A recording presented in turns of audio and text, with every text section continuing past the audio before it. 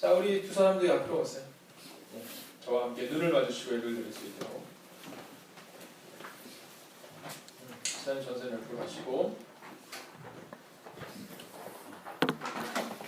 자, 옆계절 한번 인사할까요? 당신이 제자가 되셔야 합니다. 함께 인사할까요? 당신이 제자가 되셔야 합니다. 자, 여러분, 이 성경에 보면요, 이 무리인가 제자인가에 대해서 오늘 성경은 우리가 말하고 있습니다. 여러분의 눈에 이 피곤이 아주 가득한 것을 제가 보게 됩니다. 여러분, 오늘 너무 걱정하지 마십시오. 여러분이 피곤에 지쳐서 눈꺼풀이 감기기 전에 말씀을 끝나는 은혜를 보게 될 것입니다. 자, 성경은 우리한테 무리에서 제자로 변화되라 라고 말하고 있거든요. 몇 년 전에 이 한국 사회를 이끌어 아주 그냥 열풍이 불었던 책 중에 하나가 있습니다. 뭐냐면 펜인가 제자인가 라는 책이에요. 펜인가 제자인가. 자, 이 책에서는요, 펜과 제자는 어떻게 다르냐면, 펜은요, 환호하는 사람들, 제자는 예수님을 위해서 죽는 사람들이라고 말하고 있는 겁니다. 자, 오늘 본문의 말씀을 보면 이렇게 말합니다. 너희는 무리에게 이르시되 아무든지 나를 따르거든 자기를 부인하고 날마다 제 십자가를 지고 나를 따를 것이다. 그러니까 곧 죽어야 된다는 겁니다. 죽어야 된다. 자, 5,000명을 먹이시는 사건이 오늘 우리가 읽었던 이 본문 말씀 전에 나옵니다. 여러분 생각해 보세요. 제자들이 예수님을 따라다니는 겁니다. 우리가 잘 아는 것처럼 제자들이 어디에 앉기를 원했습니까? 예수님의 오른편에 앉기를 원했어요. 우리 편에는 우의정, 좌측에는 좌의정이 되기를 원한 겁니다. 자, 근데 이 제자들이 예수님에게 그렇게 따라다니는데 어느 날 보니까 놀랍고 위대한 일이 일어나는데 5,000명을 먹이는 겁니다. 그것도 물고기 2마리, 떡 5덩이를 가지고 말입니다. 자, 그런데 그 환호성 가운데 있는 그들에게 이제 주님이 뭐라고 말씀하시냐 하면 너희는 와서 죽으라 라고 말하는 겁니다. 여러분, 5,000명이 떡을 먹고 12강준에 남을 만큼 하나님의 은혜가 충만했을 때 제자들은 외치고 싶었을 거예요. 우리는 이제 됐다. 우리 고생은 끝났다. 아마 이러한 고민을 또 이러한 고백을 하지 않았겠습니까?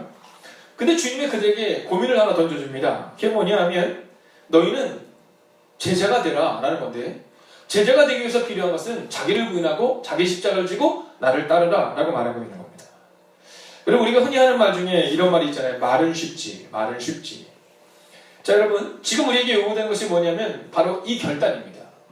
여러분, 제자가 되라는 이 결단, 여러분 쉬운 말이 아닙니다.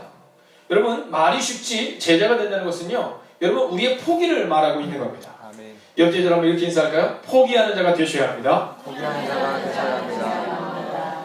여러분, 예수님은 나를 따라오너라, 나를 따라오려거든 이라고 말하는데, 예수님을 따라가기 위해서는 필요한 것이 3가지가 있습니다.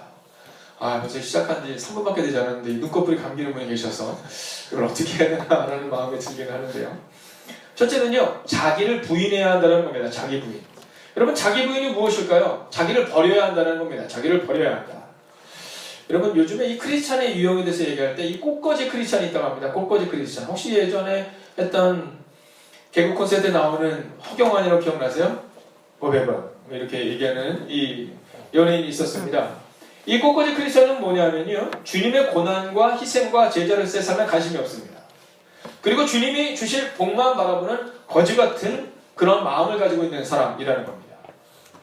여러분, 이 거짓 음성을 시대적 코드에 담아 명명해 본 게 뭐냐면 이 꽃거지 크리스찬이라는 겁니다. 여러분, 예수님을 믿으면 구원을 얻습니다. 그런데 더 중요한 것은 뭐냐면요, 예수님을 믿어서 구원을 얻은 다음에 어떤 삶을 살아야 되느냐, 자기를 부인할 수 있어야 한다는 겁니다. 자기를 부인하고 예수님을 따르는 사람에게 예수님께서 위대한 삶을 허락하신다는 겁니다. 여러분은 어떤 삶을 원하십니까? 오늘 성경은 우리 가운데 예수님을 따르기를 원하면 분명히 자기를 부인하라, 즉 자기를 버려라 라고 말하고 있습니다. 여러분, 이 자기를 버리는 거 이거 쉽지 않습니다. 그렇지 않습니까? 여러분, 내 꿈과 내 소망과 내 희망을 포기하는 것, 이것은 쉽지 않습니다. 근데 주님은 우리 가운데 첫 번째 요건으로 자기를 부인해야 한다고 말합니다. 자, 2번째를 볼까요? 이번에는 그것을 넘어서서 자기 십자가를 지라 라고 말합니다. 자기 십자가를 지라.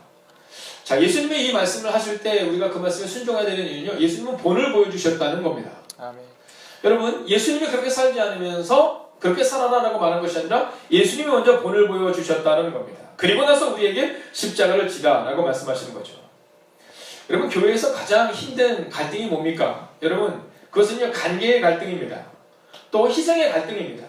그냥 교회 예배만 왔다 갔다 하는 건 괜찮은데 근데 뭔가 희생을 요구하고 또 제자가 되면 내가 뭔가를 헌신해야 되고 여러분 공동체를 생각해볼 때는 내 생각을 내세우는 것이 훨씬 더 쉽습니다.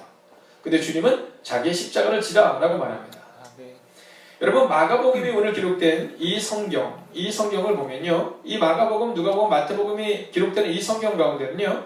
당시 성도들은 예수님을 믿기 위해서 가족이나 직업을 포기하고 심지어 생명까지도 포기해야 할 위협의 직면에 있었습니다. 여러분 직장이 문제가 아니라 생명을 포기해야 되는 상황이고요. 생명은 괜찮은데 자녀들을 포기해야 되는 상황 가운데도 있었다는 겁니다. 근데 그들은요. 재판관들이 이들에게 예수님을 부인하고 황제 만세를 외치면 살려주겠다고 제안합니다. 한마디 말로 생명을 구할 수 있고 가족의 생명을 구할 수 있었다는 겁니다. 한마디 말로 목숨을 구할 수 있을 뿐만 아니라 삶의 질이 달라지는 겁니다. 이제 그의 직업도 복권될 것이고 그리고 자녀들도 살아날 것이고 그러나 당시 많은 그리스도인들은요. 그것을 포기합니다. 자기 십자가를 지는 것에 그냥 묵묵히 나아간다는 겁니다. 그리고 수많은 성도들이 예수님의 길을 끝까지 따라가죠. 여러분 그렇게 십자가를 지고 나아갔던 사람들이 있었기 때문에 313년 로마는 기독교를 국교로 공인하게 되었다는 겁니다. 여러분 우리 교회가 부흥하기를 원하신다면 여러분의 십자가를 지는 그 모습이 필요합니다. 저는 새벽마다 우리 성도들이 기도하는 것을 보면서 정말 감동을 받습니다. 야, 내가 이런 분들과 함께 신앙생활을 하고 있다니 정말 감사합니다.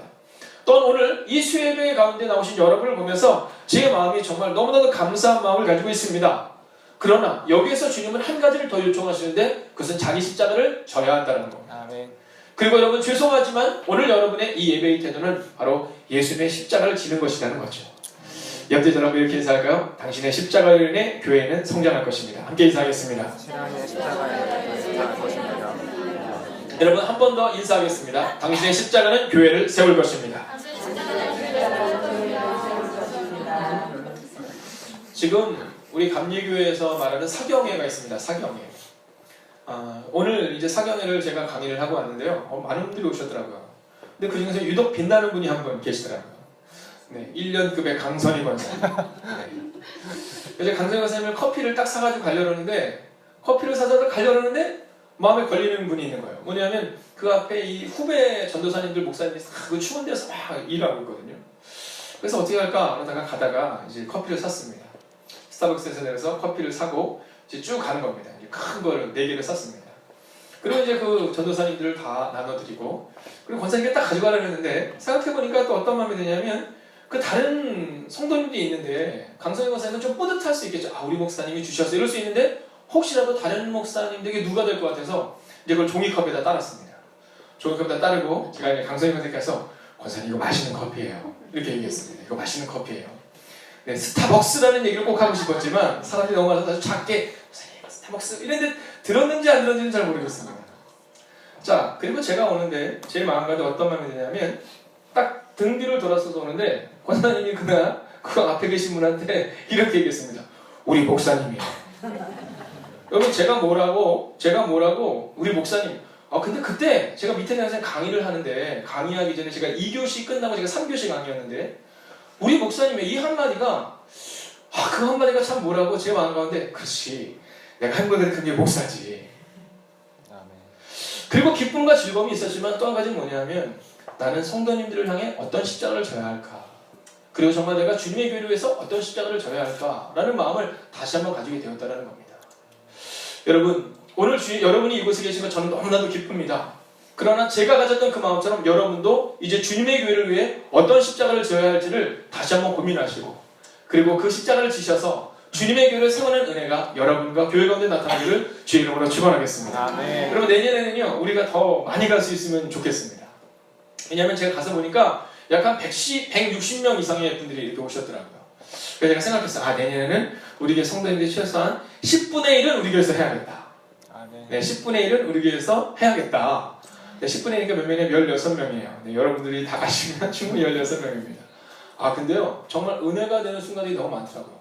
선생님 너무 은혜가 되셨죠?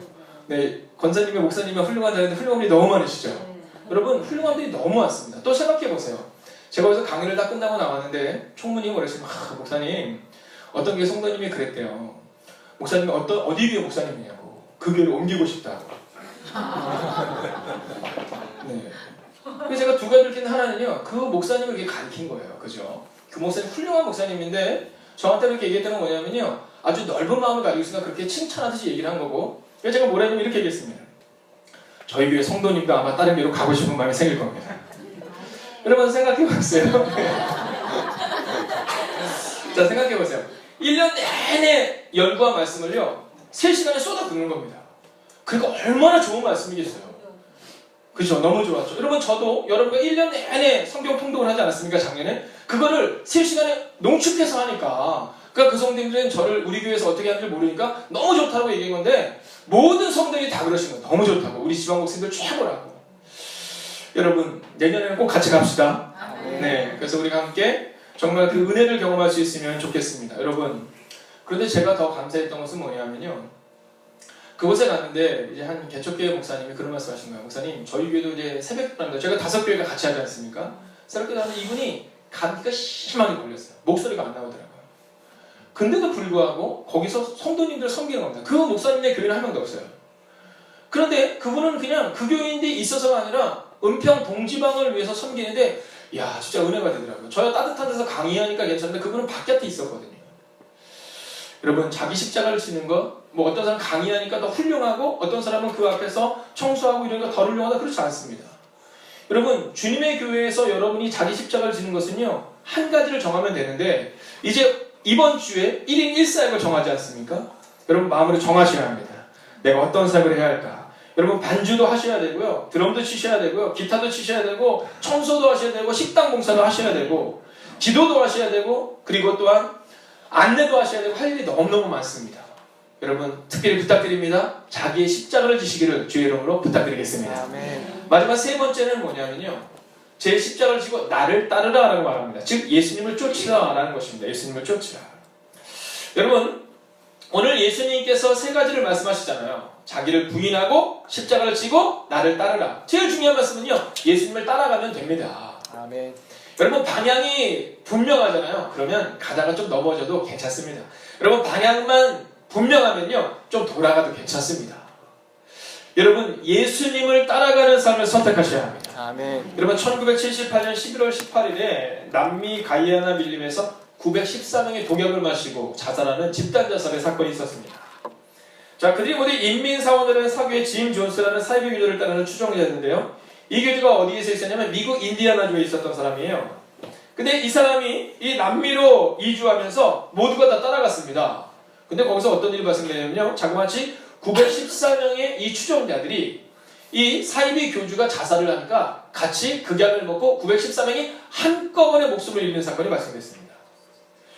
여러분, 저는 그 사건을 이렇게 목사님께 들으면서, 야, 저들이 만약 예수님을 따랐으면 얼마나 위대한 삶을 살았을 텐데 무엇을 따르냐에 따라 저렇게 달라질 수 있겠구나.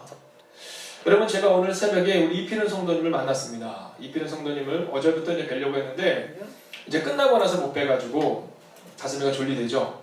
그 전에 끝내야죠. 이피른 성도님을 만나서 제가 몇 가지 얘기를 하는 과정 가운데 어떤 얘기를 했냐면, 이제 세례를 준비해야 될 때입니다 라고 말했습니다. 이제 세례를 준비해야 될 때입니다. 여러분, 이제 우리 가운데 구원의 확신이 있는 분에게 필요한 것은 뭐냐면 이제 세례입니다.